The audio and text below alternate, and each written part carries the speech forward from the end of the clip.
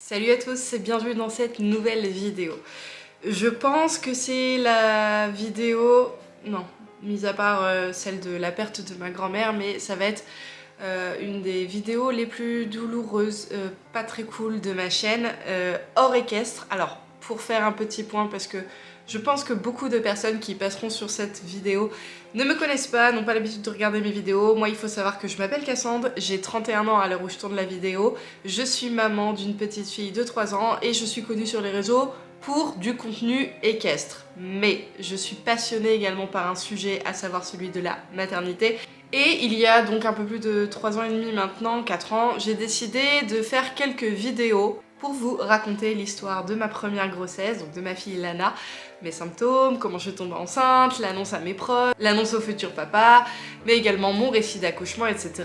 Et je ne vous en ai plus jamais reparlé. Et pourtant, il y a bien un sujet qui fait partie de la maternité, dont beaucoup refusent de parler, peut-être par tabou, peut-être parce qu'on nous dit également que les 3 premiers mois, il faut pas annoncer qu'on est enceinte, parce qu'il y a des risques. Oui, mais ces risques, ils existent, et justement le fait de ne pas en parler fait qu'on a l'impression d'être seul, alors qu'on ne l'est pas. Vous avez bien compris, je vais vous parler aujourd'hui de la fausse couche, puisque malheureusement, j'en ai déjà fait 4 à l'heure actuelle.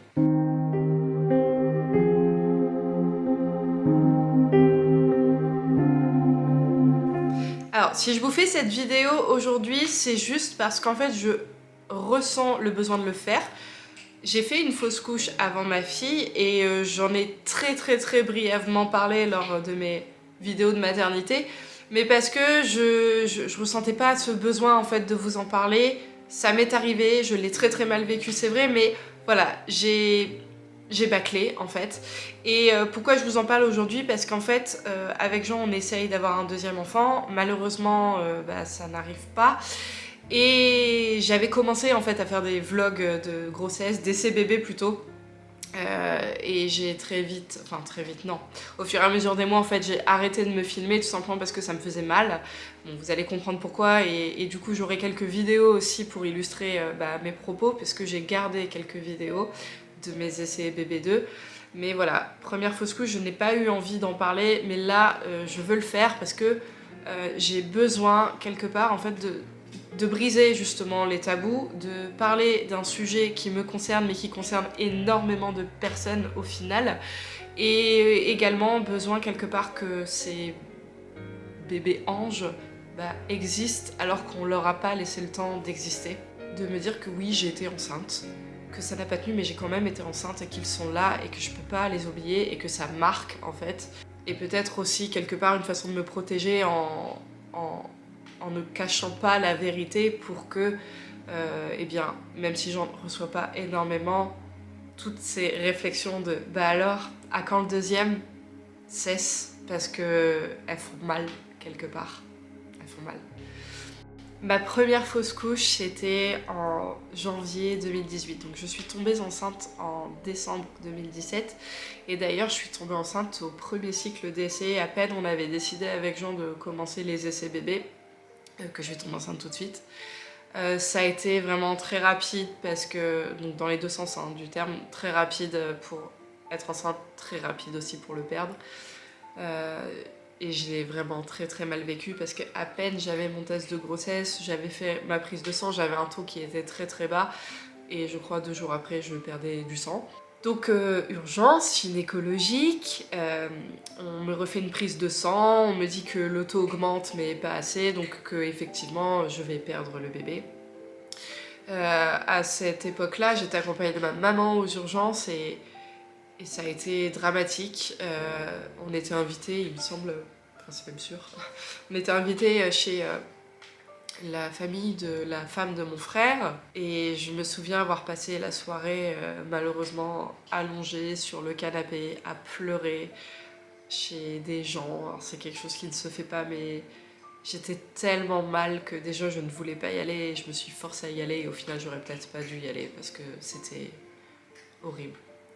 J'ai passé mon temps à pleurer et j'ai sombré en fait à ce moment-là parce que je comprenais pas pourquoi ça m'arrivait, je comprenais pas ce que j'avais pu faire qui avait fait que l'œuf n'avait pas tenu, qu'il s'était décroché. On se pose mille et une questions en fait quand c'est notre première et même après au final. Et j'ai vraiment sombré, je me suis dit peut-être que je ne pourrais pas avoir d'enfant, peut-être que... Enfin vraiment j'ai déprimé, je ne voyais que du noir au péril de mon couple. J'en ai jamais parlé ça, mais avec Jean on s'est séparés quelque temps en fait à la suite de cette fausse couche. Alors ça a été un des éléments déclencheurs, mais pas que.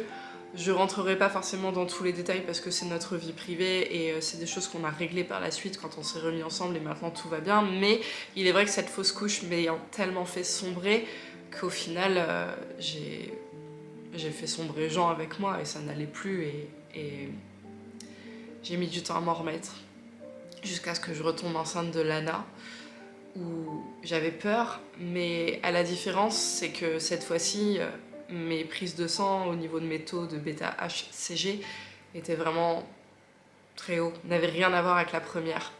Et à ce moment-là, j'étais sous traitement en fait, parce qu'à l'époque j'avais des cycles qui étaient très irréguliers. Je pouvais avoir des cycles de 28 jours comme des cycles de 52 jours, c'était vraiment un bordel monstre. Et quand on est en essai bébé, bon, toutes les femmes comprendront que c'est compliqué en fait de cibler ton ovulation, de savoir quand tu vas avoir tes règles, parce que tu sais pas en fait, tu sais pas. Et j'utilisais pas du tout ce qui était test d'ovulation à l'époque, tout ça, c'était vraiment que avec ma courbe de température et ouais voilà, la symptothermie ainsi que l'écoute de son corps. J'ai réussi à tomber enceinte sous Dufaston, donc qui est un médicament qui avait été prescrit par mon gynéco pour régler mes cycles, mais également de la progestérone. Et en fait, la progestérone, c'est ce qui va favoriser l'implantation de l'œuf. Et il me semble que je l'ai pris quelques mois ou quelques semaines, je sais plus. Tout comme l'acide folique. Mais bon, ça, l'acide folique, ça n'aide pas à favoriser l'implantation ou à éviter les fausses couches. C'est juste pour donner des vitamines à la mère et éviter, il me semble, certaines malformations du nourrisson. Donc je suis tombée enceinte de Lana. Cette histoire-là, si jamais elle vous intéresse, j'ai une playlist grossesse, vous pouvez aller regarder tout ça, toutes mes vidéos. Il me semble que j'ai fait une vidéo par mois de grossesse jusqu'à l'accouchement. Tout s'est approximativement bien passé. En tout cas pour Lana, tout allait bien. C'est pour moi que ça a été un petit peu plus compliqué. Mais bref, je ne vais pas partir sur ce sujet-là, puisque c'est pas le sujet de la vidéo. Donc ma pitchoune aujourd'hui a 3 ans et demi, et avec Jean, on a décidé de lancer le petit deuxième. Donc on a décidé ça cet été. Voilà, donc c'est tout récent, hein, ça fait que 5 mois. Mais en 5 mois, j'ai déjà fait 3 fausses couches. Donc vous comprenez bien qu'apparemment avec Jean, on est hyper fertile. Mais qu'il y a quand même un petit souci. Et j'ai un rendez-vous chez le gynécologue d'ailleurs le 12 décembre pour parler justement de tout ça. Parce qu'au bout d'une fausse couche, bon, on se dit que ça peut arriver. La deuxième, ça devient un petit peu dur. Mais les médecins me disaient, vous inquiétez pas, au bout de 3, on commence à se poser des questions, mais ça n'arrivera pas. C'est arrivé. Donc voilà, j'ai rendez-vous le 12 pour parler de tout ça. Je pense que je vais évoquer le sujet de la prise de progestérone parce que je me suis énormément renseignée sur internet, parce que je me pose encore une fois beaucoup de questions et vous allez voir, je vais vous raconter, mais à chaque fausse couche que j'ai fait, c'était vraiment au tout début, comme si l'œuf n'arrivait pas à tenir. En fait, il s'implante. J'ai des hormones de grossesse, puisque c'est détecté par prise de sang et sur mes tests urinaires, mais ça lâche. Et je pense que j'ai un souci hormonal, de manque de progestérone, et c'est ce que j'ai pris pour Lana, ça a marché. Donc j'espère vraiment que c'est le problème que j'ai et que ça marchera également pour bébé 2. Donc voilà, cet été, donc on décide d'enlever le préservatif. Parce qu'il faut savoir que moi, je ne prends pas de moyens de contraception, mis à part un stérilet en cuivre que j'avais pour Lana, parce que j'ai des soucis en fait. Je réagis mal aux hormones. C'est pour ça aussi que ma grossesse a été un peu difficile. C'est aussi pour ça que j'ai fait un AVC en 2009. Et du coup, je ne peux pas prendre tout ce qui est pilule, stérilet hormonal, implant, tout ça. Donc j'avais un stérilet en cuivre avant Lana, mais j'ai décidé de ne pas le remettre parce que je savais que je voulais un deuxième enfant. Donc on s'est protégé avec des préservatifs tout simplement. Et donc on a décidé de retirer tout ça. Au mois de juillet, je ne suis pas tombée enceinte, mais j'ai eu un espèce de dérèglement, alors expliqué apparemment par la canicule. peut-être, j'en sais rien. En tout cas, j'ai eu un cycle de 20 jours, ça ne m'était jamais arrivé. Il faut savoir que depuis là, je prends plus du Fasson parce que mes cycles sont devenus réguliers. En principe, j'ai des cycles entre 32 et 34 jours. Donc 20 jours, c'était vraiment très court, j'ai eu mes règles 2 fois dans le mois, je ne l'ai pas fait, j'étais pas très contente, mais bon, soit. Arrive août, je ne tombe pas enceinte, mais je sais pourquoi. Voilà, les choses ont fait que ça ne pouvait pas fonctionner, je vous fais pas un dessin, mais vous savez comment est-ce qu'on fait les bébés, et... Enfin non, vous ne le savez peut-être pas au final. Enfin, vous avez une image en gros, mais il faut savoir que la femme est fertile qu'un seul jour dans le mois, à la différence de l'homme. Et que si vous loupez ce coche de fertilité, ça peut pas marcher. Donc bref, c'est ce qui est arrivé. On l'a pas fait au bon moment, hein. C'est pas grave. Par contre, arrivé donc septembre, je tombe enceinte. Donc ça faisait, allez on va dire 2 mois du coup qu'on essayait, vu que juillet j'ai eu un cycle complètement irrégulier. Bref. Donc je suis tombée enceinte. J'ai pas eu le temps d'aller faire une prise de sang, j'ai juste eu des tests qui ont été positifs. Au fur et à mesure que les jours passaient, la barre était toujours là, mais c'est vrai qu'elle était très faible. Et c'est Lana d'ailleurs qui me l'a annoncé. 23 et il est 19h54. Et je me rappellerai toujours, c'était tellement drôle à ce moment-là parce qu'en fait elle m'a vu faire pipi dans un gobelet pour tremper mon test urinaire et elle a voulu faire pareil. Maman, je veux faire pipi dedans.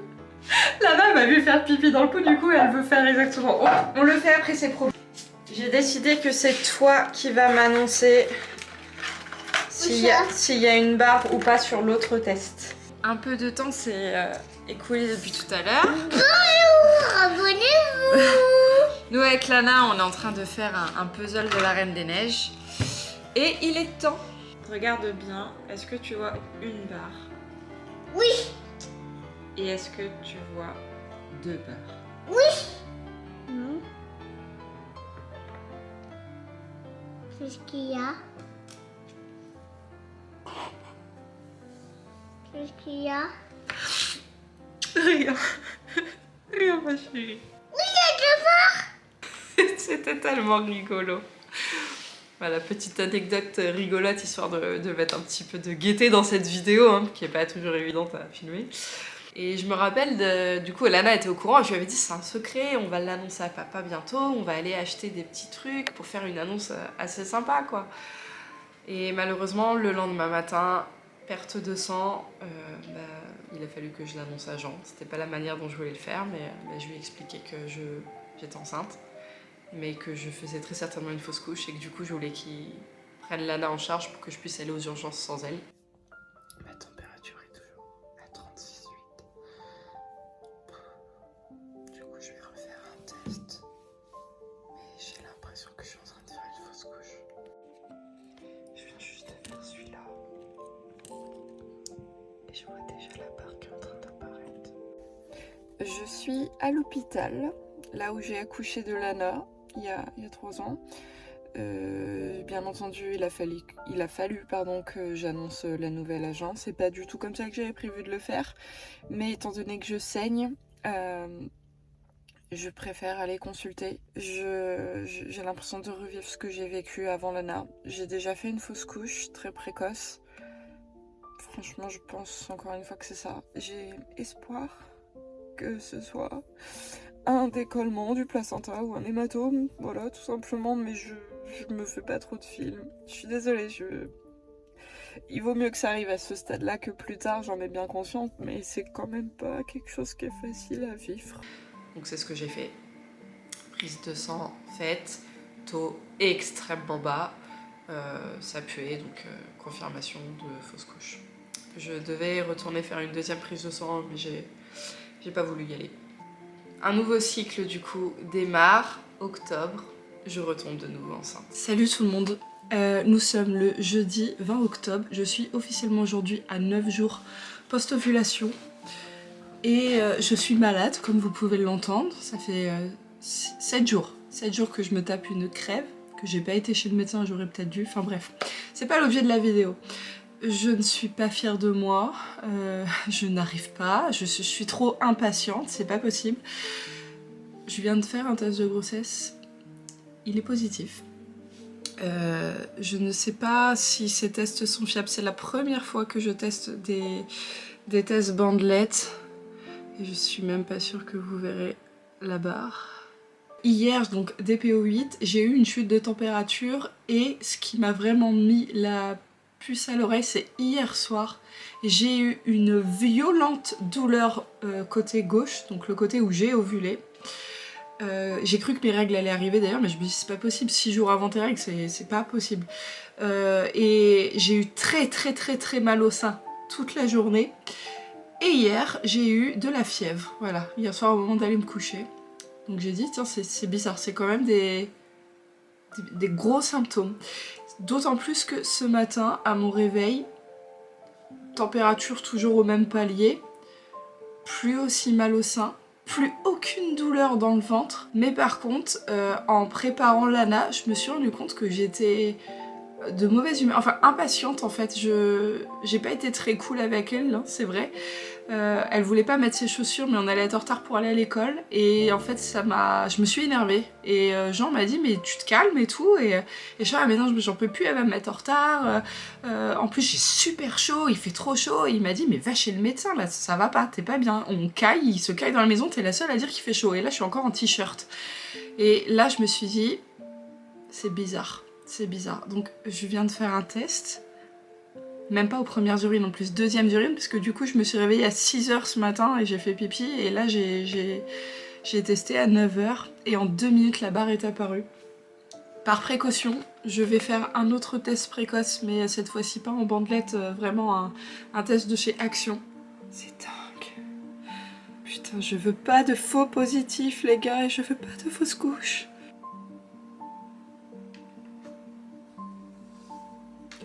Il est positif. J'ai peur. Mon action positive. Oh bah on le voit bien là. Les quelques secondes, minutes les plus longues de la matinée. Par contre, je l'ai fait au 3e urine du matin et j'aurais peut-être dû attendre demain matin. La fille qui essaie de se rassurer comme elle peut. C'est Marc.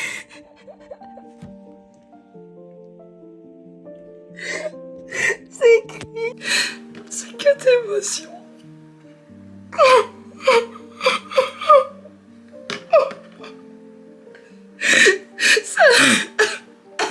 Ça me tient tellement à cœur.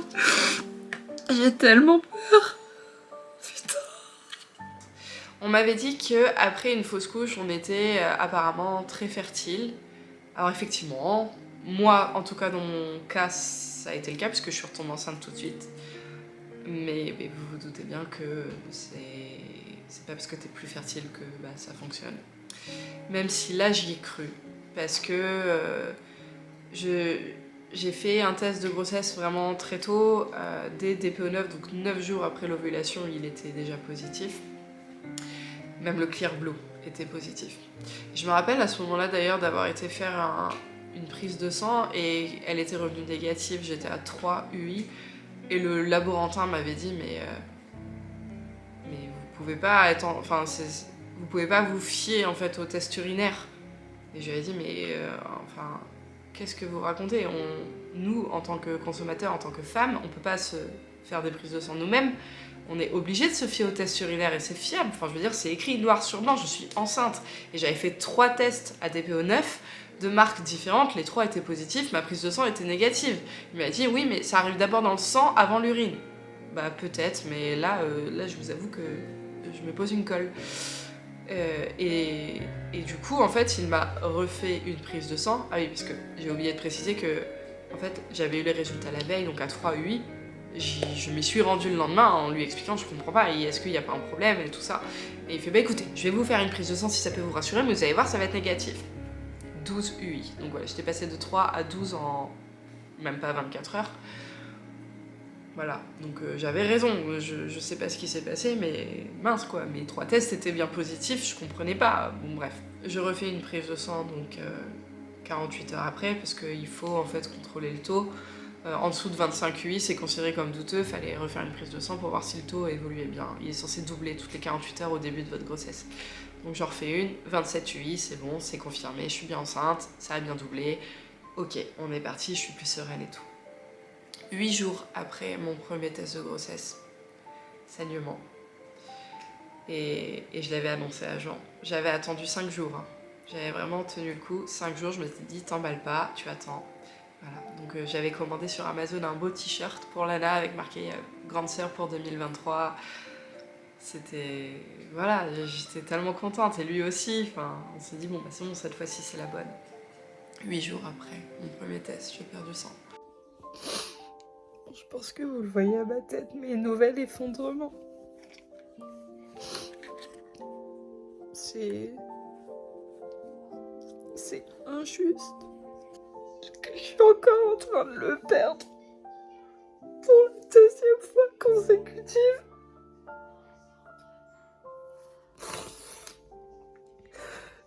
Il y a pire dans la vie, je le sais, mais c'est pas facile quand même.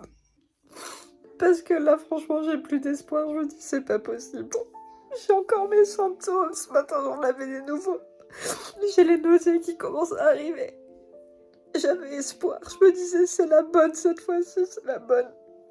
Mais non, toujours pas. Je retourne du coup aux urgences. On me refait une échographie, on m'ausculte. Oui, ok, vous perdez du sang, c'est trop tôt pour voir quelque chose à l'écho. Mais ce qu'on va faire du coup, c'est contrôler votre taux. Donc on va vous faire une prise de sang aujourd'hui et on vous en refait une 2 jours après. Mais dès la première prise de sang, en fait, j'étais redescendue à 15. Alors, c'est pas vraiment comparable en fait parce que je l'ai pas fait du coup dans le même laboratoire que là où moi je fais mes prises de sang, mais voilà, c'était redescendu à 15. Et j'y suis retournée le dimanche et j'étais redescendue à 8. Donc ils m'ont dit bon, je pense que c'est fini, voilà. Bon, deuxième descente aux enfers, ça commence à être dur. Je commence à me dire que j'ai vraiment un problème. Et je prends rendez-vous du coup avec mon gynécologue le 7 novembre, donc quelques jours plus tard, pour parler de ça et pour refaire une échographie également pour voir que tout était bien parti. C'est dur, mais contrairement à ma toute première grossesse de janvier 2018, je relativise beaucoup plus grâce à ma fille, parce que je me dis que j'ai déjà la chance en fait d'être maman. J'aurai peut-être qu'un seul enfant, je sais pas, mais en tout cas, voilà. Elle est là, Lana, et c'est mon petit rayon de soleil. C'est pas évident tous les jours hein, d'avoir un enfant, je peux pas vous le cacher. C'est vrai qu'il y a des fois, on est fatigué, on a les nerfs qui lâchent un petit peu, c'est beaucoup d'attention, beaucoup de charge mentale. Mais elle est là, et je l'ai voulu, et j'ai vraiment la chance, en fait, de l'avoir. Donc je relativise par rapport aux fausses couches, même si c'est dur, même si c'est un ascenseur émotionnel de fou. Donc mon rendez-vous de novembre arrive, on fait une échographie, on voit bien que j'ai des ovocytes dans mes ovaires. Je ne l'ai pas précisé, mais j'avais un kyste également en octobre qui est parti, puisqu'on ne le voit plus. Je m'étais posé la question d'ailleurs de savoir est-ce que justement ça tient pas parce que j'ai un kyste aux ovaires, et non, apparemment ce serait pas ça. Et il était parti sur cette écho-là. Il me dit écoutez, c'est le même papa, vous avez déjà réussi à avoir un enfant, il n'y a pas de raison que ça marche pas, 2 fausses couches, bon, ça peut arriver. Vous inquiétez pas, il n'y a pas d'inquiétude, la 3e ça sera la bonne et il n'y a pas de raison de faire des examens avant 3 fausses couches. Novembre, je retombe encore une fois enceinte. Donc oui, on est très fertile avec Jean visiblement. Et là ça tient 3 jours, il me semble, ou 5, je sais plus, mais encore une fois, à peine je l'apprends que quelques jours plus tard, bam. Nous sommes le 1er décembre 2022. Mon petit frère est devenu papa dimanche 27 novembre. Et ce même jour, je découvrais que j'étais de nouveau enceinte. Donc voilà, je le sais depuis 4 jours. Je viens à l'instant de refaire un test. Voilà. Et je viens de le perdre aux toilettes.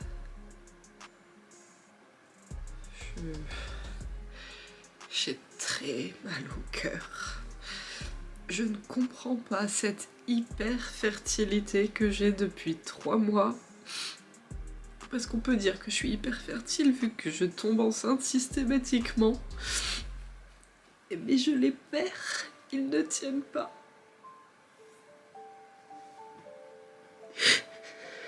C'est dur et je comprends pas. C'est tellement d'ascenseur émotionnel, c'est tellement de... Comment démarrer une grossesse sereinement? Même là, quand je l'ai découvert il y a quelques jours, tout de suite j'ai dit je ne m'emballe pas. Et... Encore une fois. Je saigne encore. J'ai pas voulu aller aux urgences parce que je me suis dit qu'est-ce qu'ils vont faire? C'est la 3e fois.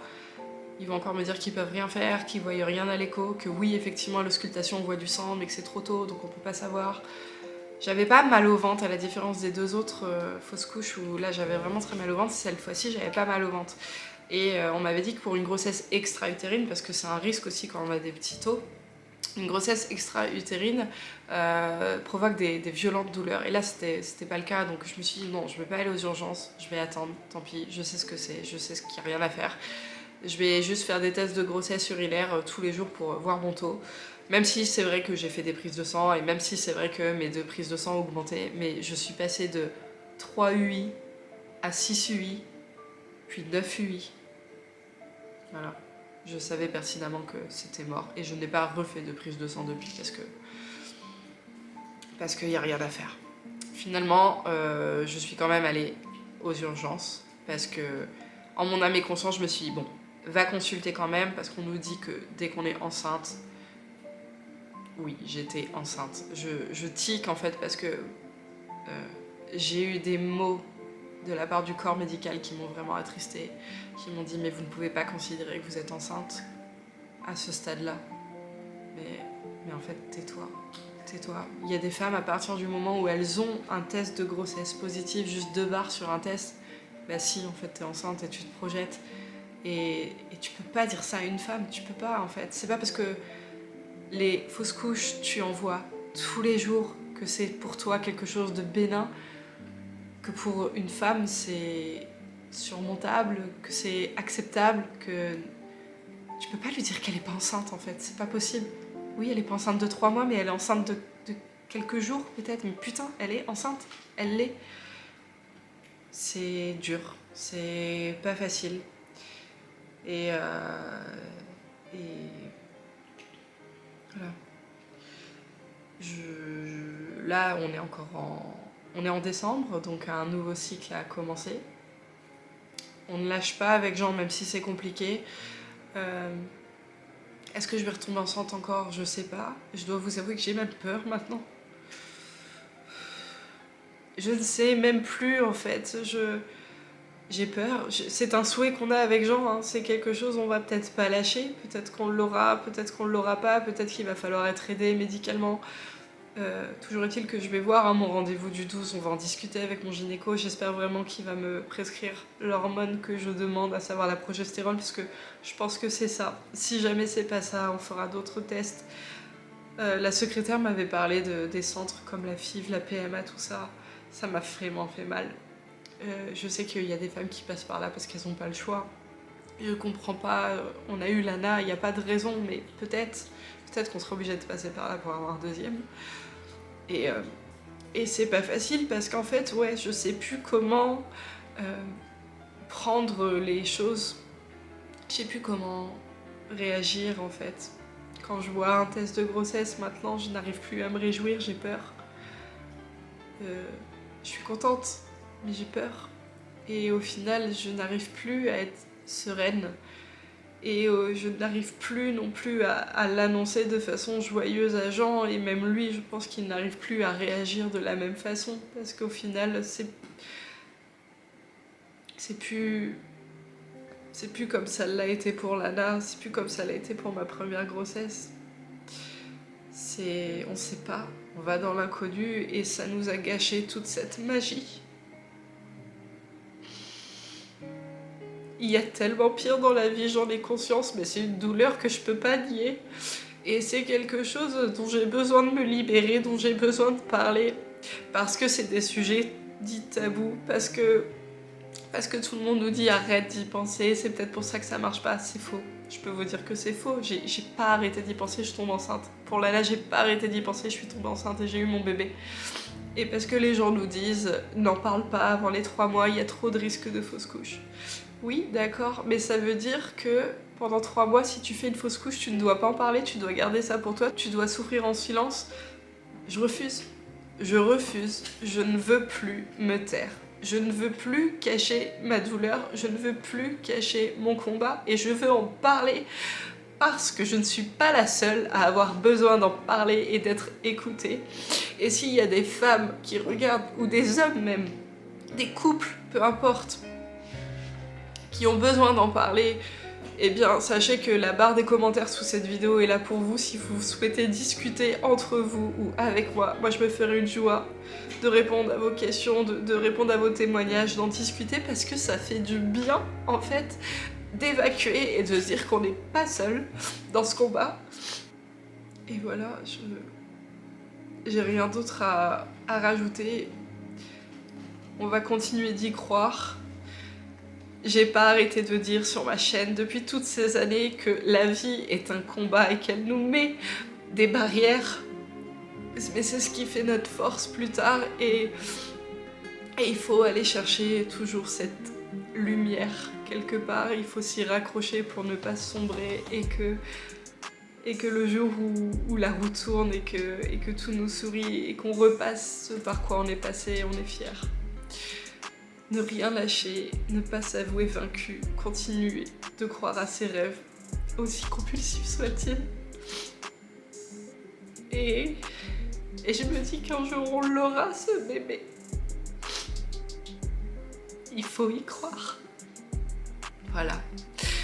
Je vais arrêter ma vidéo ici, je pense qu'elle est assez longue comme ça. J'espère que vous l'accueillerez comme elle est, que je ne veux pas être jugée, je n'ai pas besoin de ça et je ne demande pas l'aide, je vous partage juste mon vécu et je veux juste véhiculer un message. Je ne suis pas seule, j'en ai conscience, vous n'êtes pas seule aussi, prenez-en conscience.